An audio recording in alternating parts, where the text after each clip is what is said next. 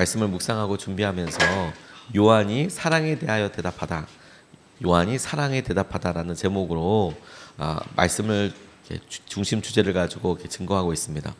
그런데 우리가 실제로 요한일서를 묵상하면서 날마다 아침에 발견하는 말씀들은 믿음과 관련된 말씀들, 계명에 순종하는 말씀들이 많습니다.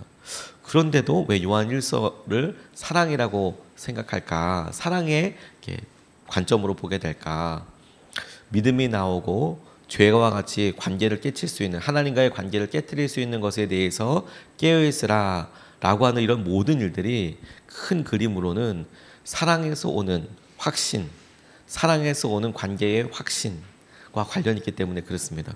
그래서 사랑하는 사람들만 누릴 수 있는 그런 담대함과 확신을 가지고 하나님께서 주시는 믿음을 사용할 수 있다는 것이죠. 그 믿음과 계명에 순종하는 것들이 사랑에 대한 흔들리지 아니하는 고백을 우리에게 허락하고, 그것을 통해서 우리의 믿음과 우리의 관계가 하나님의 놀라운 사랑으로 다루심 받아가는 것입니다.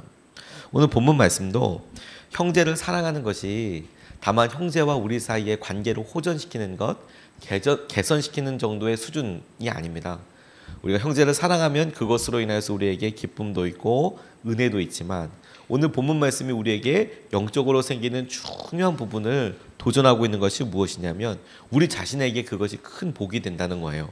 축복이 된다는 거예요. 우리가 형제 자매를 사랑하면 우리 형제 자매 사이에 우리의 관계도 좋아지지만 우리 자신에게 큰 복이 된다, 축복이 된다. 그게 뭐냐? 어떤 축복이냐? 우리가 형제와의 관계에서 막힘이 없으므로 하나님과의 관계에서도 막힘이 없다라는 거예요. 이게 놀라운 형통이고 이게 놀라운 은혜라는 것이죠. 우리에게 보내주신 사람과의 관계를 통해서 보이지 않는 하나님과의 관계에 있어서도 우리가 확신을 가질 수 있다. 저는 오늘 본문 말씀에 등장하는 확신이라는 단어가 얼마나 마음에 와서 닿았는지 몰라요. 왜냐하면 여러분, 우리가 모든 교제에 사람들 사이의 관계를 생각하면 그 사람을 믿기 때문에 오는 확신이 얼마나 큰 재산인지 모릅니다. 아무리 좋은 사람이어도 내가 그 사람을 실제로 믿고 그 사람을 신뢰해서 어떤 일을 할 수 있고 오늘 하루를 보낼 수 있다는 것이 얼마나 커다란 재산인지 몰라요. 그런데 하나님께서 예수 그리스도를 통해서 우리에게 보여주신 그 형통의 비밀을 오늘 사랑을 통해서 하나님께서 도전하신다고 생각하게 됐습니다. 오늘 첫 번째로 그래서 우리 같이 좀 기도하고 싶은 것은, 우리의 마음을 아시는 분이시기 때문에 우리의 작은 순종에도 기뻐하시며 우리의 기도를 들어주신다. 오늘 20절로 22절 말씀을 보면, 우리가 마음에 가책을 받는다 하더라도 하나님은 우리 마음보다 크신 분이시고 또 모든 것을 알고 계시기 때문에 우리가 마음에 가책을 받지 않으면 우리는 하나님 앞에서 담대함을 가지고 있는 것이고, 또 우리가 구하는 것은 무엇이든지 하나님에게서 받을 것입니다. 우리가 하나님의 계명을 지키고 하나님께서 기뻐하시는 일을 하기 때문입니다. 이렇게 소개하고 있습니다. 이것만 잘 새겨서 보아도 너무 은혜가 되겠지만, 그러나 쭉 전체 맥락을 잡아보면 이런 이야기입니다. 우리가 관계에 있어서 가책이 있다, 사랑을 하는데 사랑이 잘 전달되지 않는 것 같고 힘들다, 우리가 죄와 같이 어떤 관계를 깨어있는 여러 가지 일들로 인하여서 우리가 실제로 사람 사이의 관계에 있어서 가책을 받는다 하더라도 우리의 불완전한 순종을 보고서라도 우리보다 크신 마음으로 우리를 이해하여 주시는 분이 계시더라 라는 거예요. 주님의 마음이 그렇게 관대하심에도 불구하고 우리가 그 사랑을 누리지 못하는 이유가 뭐냐면, 스스로 자유함과 안정감을 누리지 못하는 이유는 우리 안에 사랑하고자 하는 갈망 자체가 없거나 혹은 그것이 크다고 생각하지 못하기 때문입니다. 주님께서는 우리에게 너 사랑하라. 근데 우리에게 사랑할 수 있는 능력과 사랑할 수 있는 여러 환경 자체가 없다는 것을 알고 계세요. 그런데 우리가 이것을 사랑하도록 노력을 하고 사랑하기로 결단하고 이런 것들을 통해서 이게 하나님 말씀에 내가 순종하는 것이지, 불완전한 사랑이지만 내가 주님 뜻대로 주님 마음대로 완전하신 사랑의 주인께서 하시는 대로 내가 순종해 볼 거야. 그렇게 주님께 순종하는 마음으로 우리의 불완전한 사랑, 하나님 내가 이렇게 실수도 많고 이렇게 연약하고 나는 부모로서 자녀에게 혹은 남편으로서 아내로서 열심히 사랑하려고 하지만 내게 흠이 이렇게 많고 이렇게 틈도 많지만 내가 하나님 마음으로 주님께 순종하는 마음으로 사랑합니다 라는 것을 통해서 그런 불완전한 것을 메우고도 남을 만한 확신과 은혜가 있게 되는 거예요. 그게 사람을 바꾸고 그게 관계를 바꾸고 그게 오늘도 우리가 어깨를 쫙 펴고 하나님 제가 연약해도 주님의 사랑으로 사랑하고 그 사랑 가운데 주님께서 이루실 일을 기대하고 나아갈 수 있는 비결이 되는 겁니다. 그리고 그런 사람들에게 주님과의 관계도 그렇게 형통하여서 우리가 어떤 것이든 기도하면 주님께서 그 기뻐하시는 일을 행하시겠다라고 말씀하고 계시는 거예요. 저는 이 말씀이 우리가 지은 모든 죄를 다 일일이 하나하나 주님 앞에 토설해서 기도해서 기도해서 죄의 모든 것을 용서받는 것이 아니라 우리가 주님께서 강력하게 우리 안에 만지시고 터치하실 때 우리가 죄인임을 깨닫고 주님께서 생각나게 하시는 커다란 관계의 허물들을 이야기하는 것을 통해서 우리의 모든 죄가 믿음으로 말미암아 용서받는 것과 똑같이 불완전하지만 주님과의 관계를 회복시켜 주시는 은혜이고 형통함의 놀라운 능력임을 알게 됐어요. 어떤 여자분이 남편이 교도소장이 되어서 그 교도소에 같이 있게 되었답니다. 오래된 1921년이긴 하지만 예전이나 지금이나 이 교도소라는 곳이 되게 마음이 흉흉한 곳이고 그리고 남자 재소자들만 있는 곳에 자매가 들어간다는 건 참 쉽지 않은 일인데 아무튼 이 자매가 아주 건강하게 그곳에 남편을 따라서 가기도 하고 심지어 세 딸을 데리고 그리고 그 교도소 안에 들어가곤 했답니다. 놀라운 일이죠. 그리고 맨 처음으로 감옥 안에서 농구 경기를 하기도 하고 그리고 그걸 농구 경기를 하니까 세 딸을 데리고 유모차에 태우고 죄수들과 함께 외야석이 거기 좌석에 앉아서 그 농구 경기를 보기도 했대요. 그것 자체가 주는 메시지가 있거든요. 이 사람이 나를 경계하지 않는다는 거. 그리고 이 교도소 남편은 열심히 교도소 일을 하지만 이 아내분은 거기 있는 사람들을 돌보기 시작하는 거예요. 한 살인을 저지른 죄수가 눈이 멀었다는 이야기를 들고 점자를 가르쳐주기도 하고 그리고 귀가 잘 안 들리는 죄수들이 있다는 것을 알고 수화를 배우기도 하고 그렇게 16년 동안이나 이 캐서린 로스라는 사람이 이 감옥에 있는 사람들을 부드럽게 대했다는 겁니다. 사랑으로. 내가 그 사람들을 그냥 만나는 사람이 아니라 남편이 교도소장이기 때문에 만나는 게 아니라 내가 주님께서 신 사람으로 만나고 사랑했는데 근데 어느 날 이 교도소장 루이스가 출근을 안 한 거예요. 무슨 일이 벌어졌나 싶어서 이렇게 가만 보니까 이 아내가 너무나 안타깝게도 자동차 사고로 사망하게 되는 일을 이렇게 보게 된 겁니다. 너무 깜짝 놀라기도 하고 다음 날 이제 그녀의 시신이 이제 감옥에서 얼마 안 떨어진 이 교도소장의 집에 이렇게 안치되었는데 이른 아침부터 루이스를 대신해서 한 교도관이 이렇게 순찰을 돌 때 감옥문 입구에 죄수들이 이렇게 모여 있으면서 그 교도소장이 있는 집 쪽을 이렇게 보고 있더라는 거예요.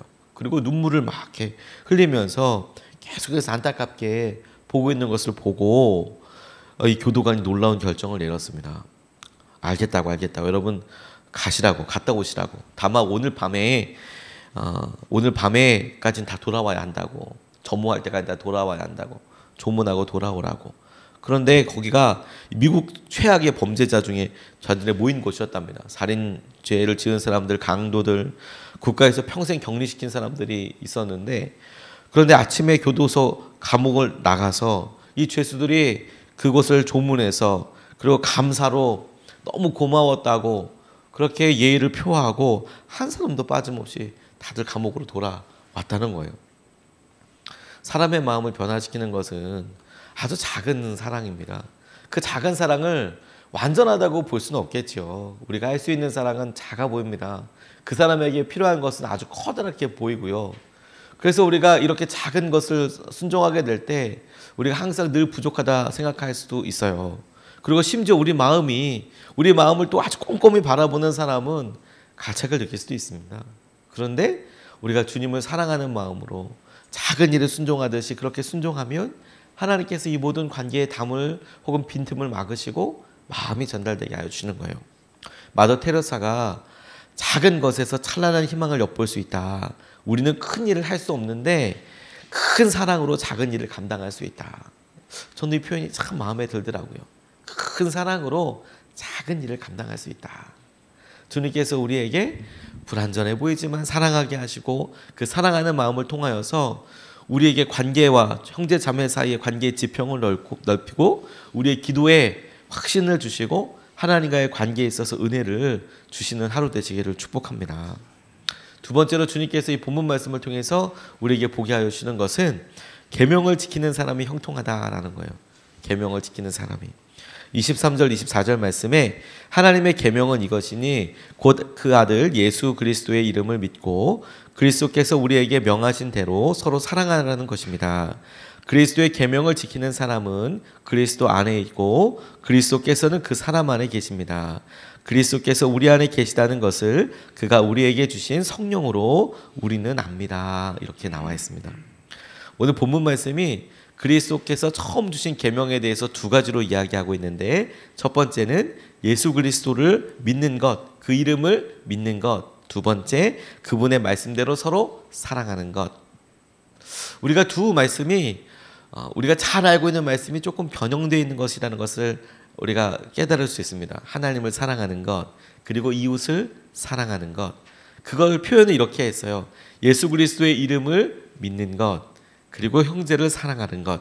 그러니까 예수 그리스도의 이름을 믿는 것이 하나님을 사랑하는 것과 똑같은 말이라는 것을 알 수 있죠. 예수님께서 하나님의 사랑의 총 집약체이기 때문에 그분의 사랑의 현실에 드러나는 하나님의 영광이기 때문에 그렇습니다. 하나님께서 얼마나 사랑하셨는지 그 아들을 보내주시고 그 아들을 보내신 그분을 믿고 따르는 것이 하나님 보시기에는 하나님을 사랑하는 것이라고 받아들이시는 거예요. 이런 믿음과 하나님께서 우리에게 주신 여러 일들에 대해서 우리가 주님의 말씀대로 순종하려고 하는 사람, 그 사람은 주님이 그의 안에 계시다라는 것을 확신할 수 있다는 거예요. 그리고 그 자신도 주님 안에 있다는 것을 확신해도 된다라고 말씀하고 계시는 거예요. 이거 놀랍지 않습니까? 저는 마음에 참 위로가 됐어요. 우리는 하나님 안에 우리가 있고 우리가 하나님 안에 있다라는 것을, 그리고 이런 상태가 성령으로 충만하고 우리가 주님과의 관계에 있어서 평안함이나 여러 다른 우리가 느낄 수 있는 것으로 우리 자신을 평가하는 어떤 그런 습성이 있는데, 오늘 본문 말씀은 우리 안에 느껴지는 평안보다도 더 넘어서는 하나님과의 관계를 확신할 수 있는 방법으로 우리가 하나님의 계명대로 살고 있는가 하는 거예요. 제가 이렇게 여러 성도님들 보니까요, 어떤 분들은 아주 작은 변화에도 아주 민감하게 반응하시는 분들이 계세요. 근데 어떤 분들은 계속 갈망하고 그러지만 잘 모르겠다고 이야기하시는 분들도 계세요. 그런데 이것은 사람마다 차이인 것이더라고요. 똑같지는 않더라고요. 사람의 성향에 따라서도 다르고, 그리고 그 사람이 그동안에 어떻게 믿음 생활을 해왔는지에 따라서도 다르더라고요. 그래서 모두 똑같은 기준으로 적용해서 이러이러한 기분이 들어야, 혹은 이러이러한 상황에 대하여 당신이 성령으로 충만한 것입니다, 혹은 당신이 이렇습니다 라고 이야기하는 데에는 굉장히 조심스럽더라고요. 어떤 사람은 그냥 주님께서 주신 은혜 가운데 평안히 아무 일 무탈하게 쭉 지내는 사람도 있고, 어떤 사람은 정말 뜨겁게 그렇게 지향하면서 살고 또 그렇게 사는 사람들도 있고, 근데 그 두 믿음이 다 다를 수는 있어도, 달라 보일 수는 있어도 틀린 건 아니고 사람마다 다른 것이거든요. 그런데 그 두 사람들이 어떤 부류든지 한결같이 믿음의 확신을 가질 수 있는 것은 무엇이냐 하면 내가 하나님의 계명대로 살고 있는가, 그리고 그렇다면 하나님과의 관계를 확신해도 좋다라는 거예요. 하나님 우리를 버리지 아니하신다는 거. 우리가 하나님 안에, 예수 그리스도 안에 있다는 것은 주님은 결코 우리를 버리시지 않는다는 이야기니까 우리가 그 주님께서 이끌어 주시는 것을 우리가 보고 관계의 확신을 누릴 수 있다. 거기서 마음을 차지한다는 거예요. 우리가 아프더라도, 우리가 날마다 건강에 있어서 여러 어려움들과 사인들을 보고 넘어질 때라도 우리가 말씀대로 마음대로 순종하고 있다면 믿어도 된다는 겁니다. 어떤 분이 30년 동안 서울 살다가 도시 생활을 청산하고 남해 우이도라는 섬으로 이주하셨답니다. 그리고 한 13년째 그 섬에서 사셨대요. 귀농이 아니라 이걸 뭐라고 어촌으로 가신 거면 귀어라고 해야 되나요? 뭐 아무튼 이렇게 섬으로 들어가셨어요. 섬으로. 대단하시죠. 근데 13년째 살았는데 10여 년 동안 주민들이 버리고 간 밭을 본인이 이제 얻어서 일구기도 하고 뭐 그렇게 사들여서 묘목을 심기도 하고 그 나무를 섬 곳곳에 다시 뿌리 내리게 한 다음에 섬을 가꾸는 일로 그렇게 그냥 재미삼아서 사셨대요. 그런데 꼭 어디든지 가장 힘들게 하는 것은 관계 아니겠습니까? 자기를 너무 힘들게 하는 사람이 있더래요. 막 방해도 하고 이유 없이 예수 믿는다는 것 때문에 심지어 술 먹고 와서 돌을 던지기도 하고 참 이런 비상식적인 일들을 어떻게 설명할 수도 없을 정도로. 근데 이건 뭐 섬 안에 있으니까 뭐 억울해서 뭐 어떻게 할 수도 없는 거예요. 같이 싸우자니 그것도 그렇고 아무튼 사사건건 이분이 그냥 뭐 섬에서 걸핏하면 욕을 하고 술에 취해서 돌팔매질도 하고 그러니까 정말 포용하기가 너무 힘들더라는 거예요. 그런데 어느 날 이분이 기도하시다가 그래도 도시에서도 신앙생활 열심히 하시고 어촌에 가서도 열심히 해보려고 하는데 이분이 문득 기도하다가 전도집회 생각이 났나 봐요. 이 사람이 하나님이 우리 부부에게 주신 VIP다라고 생각을 하셨답니다. 그래서 VIP를 생각하고 그때부터 그렇게 기도했대요. 주님이 주신 VIP다. 근데 인간적인 참음은 한계가 있더랍니다. 겉으로는 친한 척하고 이렇게 나가지만 와 결정적인 순간에는 이분 표현으로 이해하면 복수하고 싶은 마음이 들더래요.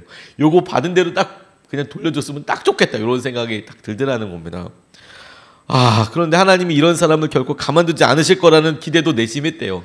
나는 이렇게 참지만 하나님께서 원수의 머리 위에 숯불을 이렇게 올려놓는다고 하셨는데 또 가만히 안 둘 거야 이런 생각이 막 드셨다는 거예요. 그런데 이분이 이 간증을 하시던 그해 초에 신앙의 위기감을 막상 본인이 느끼게 됐답니다. 자기가 이렇게 믿음을 하려고 했는데 이제는 그 위기가 자기한테 온 거예요. 이거 나 진짜 변화되는 건가? 뭐 이런 관계뿐만이 아니라 말씀을 보는 데에도 큐티를 하는 데에도 기도를 하는 데에도 심지어 예배는 그냥 덜렁덜렁 참석을 하지만 예배 가운데 은혜도 없고 평안과 기쁨도 없고 근데 그런 생활을 쭉 하다가 어느 큐티를 하다가 주님께서 진짜 사랑을 하라는 도전을 하시더래요. 진짜 사랑을 하라. 내가 하나님보다 사람을 두려워하고 있구나. 내가 인간적인 갈등과 위협을 피하기 위해서 그 사람에게 사랑을 베푸는 척하고 있는 거구나. 근데 주님께서 말씀으로 너 진짜 사랑을 해라. 그거 위선이다라고 이렇게 이야기를 하시더랍니다. 그래서 이분이 마음을 고쳐먹고 그분의 마음에 있는 쓴뿌리를 이해하려고 기도하기 시작했대요. 저도 왜 그럴까 도대체. 이 사람의 성장 배경이 혹은 사람들의 관계가 도대체 어때 왔는데 이렇게까지 하는 걸까? 긍휼의 마음이 조금씩 알아갈수록 생기더라는 거예요. 그리고 그 사람 안에 있는 모습이 자기에게도 있더래요. 차이가 있다면 자기는 하나님과 함께하는 혼란이 있는데 그 사람은 하나님이 함께하시지 않는 혼란이 있더래요. 마음 안에 연약함은 똑같이 있는데 나는 하나님과 함께하는 연약함이고 저 사람은 하나님이 함께하시지 않는 연약함이 있더라고. 연약함으로만 보면 욕할 게 하나도 없다고. 나도 거짓된 인간성이 내 안에 있는 것 같고 나도 거짓말하는 것 같고 나도 그럴 때가 있더라. 안에 순간적인 분노도 있더라. 근데 그거 알고 나니까 어떻게 정죄할 수 있나 내가. 어떻게 정죄? 하나님 앞에서는 그나 나나 똑같이 사랑받아야 할 영혼임을 알게 되고 나니까 그러니까 주님께서 이런 결단을 하게 해주시더래요. 본인이 너는 사랑만 해라. 결과는 내가 책임져 주겠다. 이렇게 하나님께서 내게 말씀하시고 결단할 수 있게 되더라고요. 제가 이 간증에서 너무 은혜 받고 주목하게 된 것은 뭐냐면 하나님께서 그래서 어떻게 마음을 주셨다, 어떻게 인도하여 주셨다라는 중심이 아니라 그가 혼란과 어려움에 있을 때 관계를 넘어서서 믿음으로 보게 되니까 하나님과의 관계에 있어서도 확신을 하게 되었다라는 점이에요. 우리가 늘 확고한 믿음을 구한다면 그렇다면 우리 가장 주위에 있는 사람서부터 작은 순종과 작은 사랑을 하게 되면 주님께서 우리가 그렇게도 누리고 싶었던 하나님과의 관계의 확신과 은혜를 우리에게 더해 주신다는 거예요. 그게 형통의 비밀입니다. 주님과의 관계를 우리 주위에 있는 사랑하는 혹은 보여주신, 보내주신, 만나게 하신 사람들에게 먼저 화평함으로 풀어라. 하나님께서 형통하게 해주실 것이다. 우리의 기도를 들어주실 뿐만 아니라 주님께서 우리에게 관계의 확신을 주실 것이다. 오늘 두 가지 말씀을 같이 나눴습니다. 첫 번째, 주님 우리 마음 다 아십니다. 연약함도. 그러니까 우리가 작은 순종에도 주님께서 너무 기뻐하실 뿐만 아니라 그런 관계에 순종하고자 하는 것을 하는 사람의 기도를 들어주실 것이다. 두 번째, 계명을 지키는 사람이 형통하게 될 것이다. 이것을 붙잡고 우리가 두 번 나눠서 같이 기도하겠습니다. 첫 번째 우리가 같이 기도하고 싶은 것은 주님의 기쁨이 되게 해달라고 기도하고 싶습니다. 주님의 기쁨이 되게 해주십시오. 주님, 오늘도 우리가 주님의 기쁨이 되기를 원합니다. 주님께서 우리 마음 다 아십니다.